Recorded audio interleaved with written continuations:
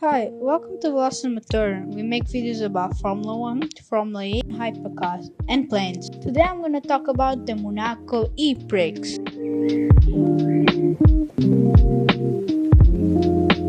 If you didn't watch the last video, I mentioned that someone should let Jaguar win, or at least let them, get their better position, and I think they saw it. Whoever's in charge of the races, because in qualifying Jaguar got third, which was Mitch Haven, and his teammate got 8th on the qualifying. We got Roland in first, Verge in second, and Evans in third.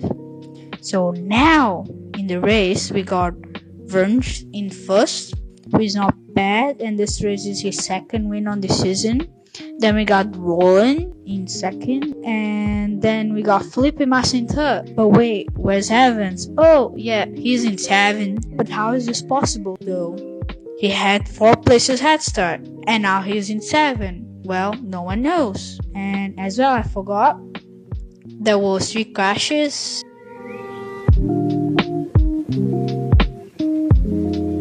So predictions. What do I predict for this season?